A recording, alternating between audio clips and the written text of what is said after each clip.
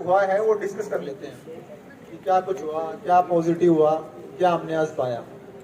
सुबह जैसे कल हमने डिसाइड किया था कि आज ओपीडी फुल बंद है, इलेक्टिव ओटीज बंद है, बोर्ड बंद है, तो इसमें हम बहुत कामयाब हुए। सुबह आपने देखा था कि जो हमारे पास डेंटल के यूजी स्टूडेंट्स हैं, इंटर्न्स हैं और जो भी पीजी रेजिडेंट्स हैं, सारे आपके बीच में बैठे थे। सुबह बैठे थे या नहीं बैठे थे? बैठे थे, सारे बीच में बैठे थे, सबको लेके आए और वो आए। फिर उसके बाद हम ओपीडी में भी गए, ओपीडी से जितने को निकाल सके सारे यहाँ आए। और आपको पता है कि सारे मेंबर्स यहाँ आज रेजिडेंट्स ने जो है ना आपके सारे मेट्स भर रखे थे। तो उसके बाद आपने हमें तो देख ही लिया, फिर वीसी मैम के साथ मीटिंग हुई। वीसी मैम ने वो डायरेक्टर सर के साथ मीटिंग हुई। हुआ क्या कि उन्होंने कर दिया कि सारे रेजिडेंट्स की ड्यूटी इमरजेंसी में लगा दी कि ठीक है ओपीडी बंद है तो आप लोग इमरजेंसी ड्यूटीज करो, क्योंकि इमरजेंसी सर्विसेज अभी चल रही हैं, हम दे रहे हैं इमरजेंसी सेवाएं, हम नहीं चाह रहे कि पेशेंट्स का नुकसान हो। तो फिर हमने डायरेक्टर सर से बात की, सर अगर ऐसा ही आपका रवैया रहेगा ना तो हम अभी 2 घंटे में इमरजेंसी बंद कर देंगे। हमारा सख्त संदेश था कि सर अगर आपका यही नेचर रहा और आपका यही स्टैंड रहा तो 2 घंटे में जो इमरजेंसी सेवाएं जो शनिवार को बंद होनी है वो आज और अभी 2 घंटे के अंदर हम बंद कर देंगे। तो उसका रिजल्ट ये हुआ कि सर की वीसी मैम से भी बात हुई, जो स्टूडेंट्स पे रेजिडेंट्स पे जो दबाव बनाया जा रहा था उसको हमारा कम करने की कोशिश थी। फिर 4 बजे वीसी मैम से बात हुई तो ये पूछ रहा था कि आप जो है ना ऐसे स्ट्राइक करके सरकार से बात नहीं कर सकते। Strike and discussion can't go parallelly, simultaneously आप दोनों चीजें नहीं कर सकते। तो वो हमसे चाह रहे थे कि आप स्टूडेंट्स भी अपनी क्लासेस में चले जाएं, आरडीए भी अपना स्ट्राइक कॉल ऑफ कर दे और सरकार से हम बातचीत का रास्ता खोल लें, हफ्ता 10 दिन उनका वेट करें। तो कहने का मतलब है बहलाने फुसलाने की कोशिश की गई, दबाव बनाया गया कि आप लोगों पे कार्रवाई की जाएगी, ये होगा वो होगा। तो मैं आप लोगों से पूछना चाहता हूं, कल को जब अगर हमारा कोई मेंबर आरडीए का अगर जेल में चला गया तो क्या आप उस थाने का घेराव कर पाओगे या नहीं कर पाओगे? अगर ये आवाज है ना, इसी आवाज में आरडीए ने वीसी ऑफिस में जवाब दिया, इसी आवाज में जवाब दिया कि आरडीए झुकेगी नहीं। हमने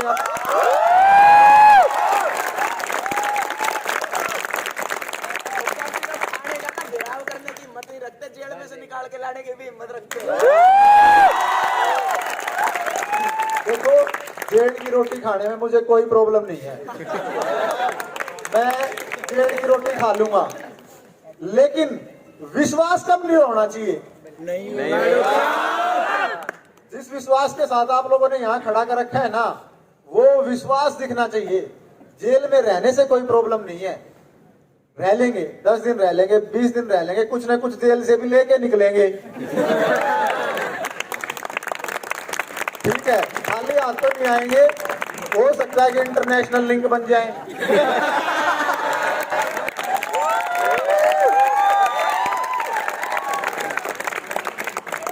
भाई सीधी बात है, ये सरकार गुंडों की सरकार है, क्योंकि सुन नहीं रही बात।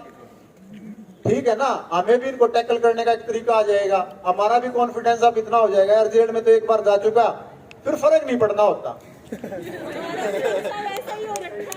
तो ऐसा ही हो रखा है ना, यही मैं कह रहा हूँ, विश्वास होना चाहिए। आज एक बंदा और बोला कि भैया आप एफआईआर की बात कर लो। अरे भैया अभी एफआईआर तो और होनी है,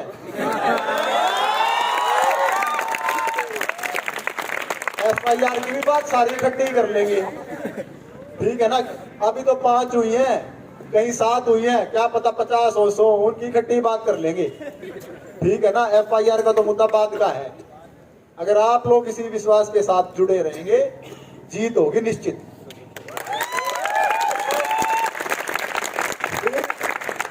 दुष्यंत, आपने भी 4 बजे शायद जो Haryana medical teacher state association की जो मीटिंग थी उसमें भी जो है आप लोगों ने वहां गए थे, एमएस ऑफिस के बाहर आप लोगों की भी मैंने वीडियो देखी थी, आप लोगों ने बहुत अच्छा काम किया। तो फिर हम दुष्यंत चौटाला जी से मीटिंग करने चले गए, ये आपके रिप्रेजेंटेटिव भी थे और हम आरडीए से भी थे जो यहाँ खड़े हैं। तो हम ये जानना चाहते थे कि भाई सरकार को पॉलिसी का कितना ज्ञान है। तो सीधी बात है, उन्होंने सीधा ही बोला कि भाई 40 लाख चाहिए है। अभी हम डॉक्टर से ले रहे हैं, आगे जाके जो हम एविएशन जो पायलट बनते हैं ना, उसके ऊपर भी पायलट प्रोजेक्ट लेके आ रहे हैं। प्राइवेट में तो बनते हैं वो 80 लाख में, लेकिन सरकारी में बनाएंगे हम 35 से 40 लाख में। तो ये इनकी एक ही नीति हो गई है प्राइवेटाइजेशन की। क्यों डॉक्टर मनोज? एक ही इनकी नजर हो गई है इस चीज को, प्राइवेट सरकारी संस्थाओं को प्राइवेट कैसे किया जाए, इसको ठेके पे कैसे किया जाए, एक ही नजर है इनकी। और उस नजर से चल रहे हैं। जैसे पहले किसानों के पीछे लगे, फिर जवानों के पीछे लगे, अब डॉक्टर्स के पीछे लगे, और आगे की भी मंशा इन्होंने साफ कर दी। तो सरकार देश बेचने का काम कर रही है।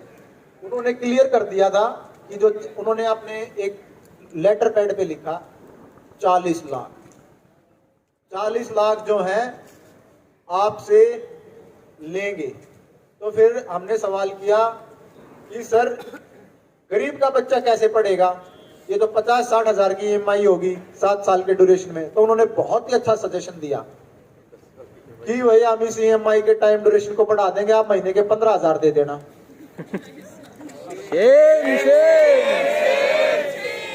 तो एटलीस्ट हमें 3 बंदे ऐसे मिल गए जिनको पॉलिसी क्लियर है। शायद आप लोगों को भी ये पॉलिसी क्लियर नहीं है, मैं सही बता रहा हूँ, ये सच बात है। हमारे RDA के एक मेंबर को ये फर्स्ट डे से ही क्लियर है, क्योंकि वो इस सिस्टम के पार्ट रह चुके हैं। हम नए बंदे थे, लेकिन हमें भी धीरे धीरे समझ ली क्लियरली ये कि है क्या।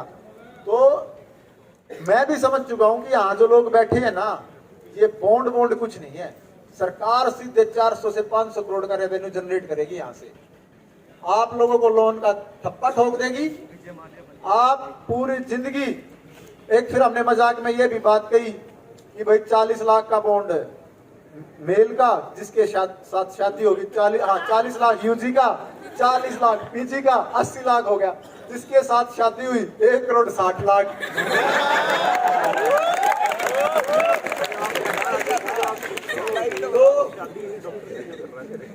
तो फिर ये था फिर कि भाई अपना मियाँ बीबी जो है पूरी जिंदगी लोन ही उतारते रहो।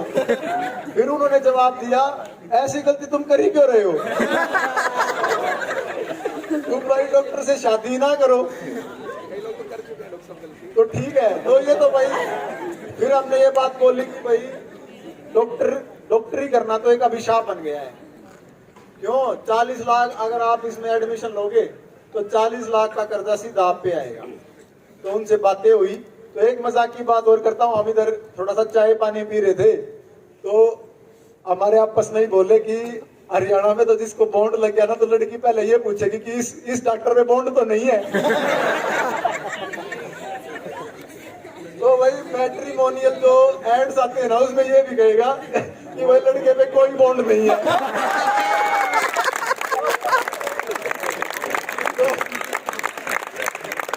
तो आने वाले दिनों में ऐसा अगर सरकार की मंशा यही रही ना, तो ऐसे होना पड़ेगा। जैसे बोलते ना 5 फुट 7 इंच सुशील लड़का सुशील लड़की, आगे ये भी आएगा। इसमें 7 साल का बॉन्ड है और इसमें 7 साल का बॉन्ड नहीं है। तो भाई ये तो आपके भविष्य का ही सरकार जो है ना दमन कर रही है। ठीक है, तो अल्टीमेटली ये बात हुई, वहां से भी निकल के आ गया। एटलीस्ट ये था कि दुष्यंत चौटाला के दिमाग में तो ये बात थी कि मोटी मोटी की पॉलिसी क्या है। उन्होंने अपने जो है इरादे स्पष्ट कर दिए थे कि 40 लाख लेने हैं।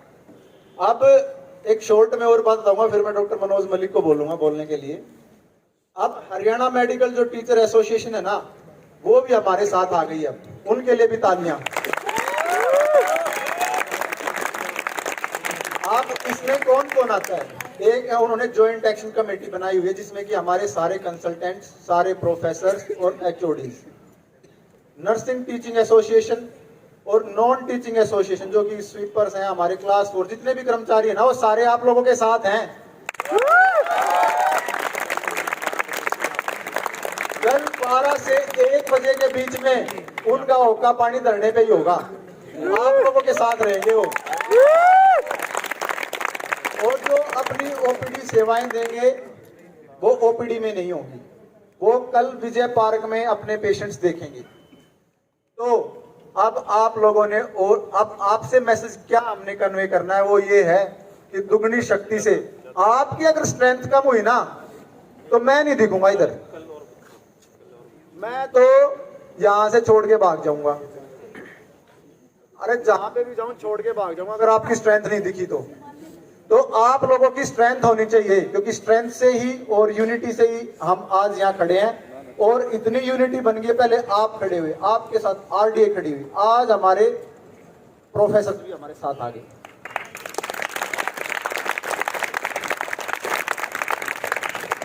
पावर के साथ ही पावर जुड़ती है, पता है इस चीज का? पावर के साथ ही पावर जुड़ती है, पावरलेस लोगों के साथ पावर नहीं जुड़ती। तो आप लोगों में पावर है, हम में पावर है, अब टीचर्स भी आ गए, उनमें भी पावर है। कल 9 बजे टेंट वहां लगेगा, आप लोगों की जो भी ड्यूटीज लगाई जाएंगी। और हाँ, जो अब मैम कह रही थी कि भाई ओपीडी से आप जबरदस्ती क्यों निकाल रहे हो, निकालेंगे।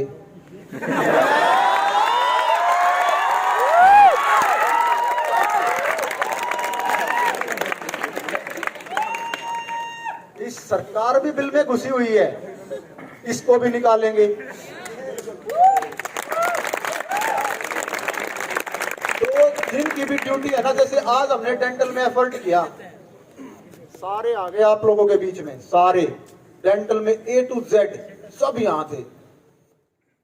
और ऐसे ही जैसे आज हम गए थे सुबह, आप सारे यहाँ आ गए थे। अब इंटर्न्स के लिए भी ये जो है ना, आप सारे अपने इंटर्न्स को भी बोलो कि भैया अगर पीजी का बॉन्ड आ गया ना, सारे बैचेस आप जितने भी है ना सारे बोलो, आज हॉस्टल में जो रात में जाएंगे ना, लड़ाई मैंने पहले ही बताया है कि कमर कस लो। कमर कसने का मतलब पता है ना, अब ये सारा जोर लगाने का टाइम आ गया है। एक प्लेटू फेस था,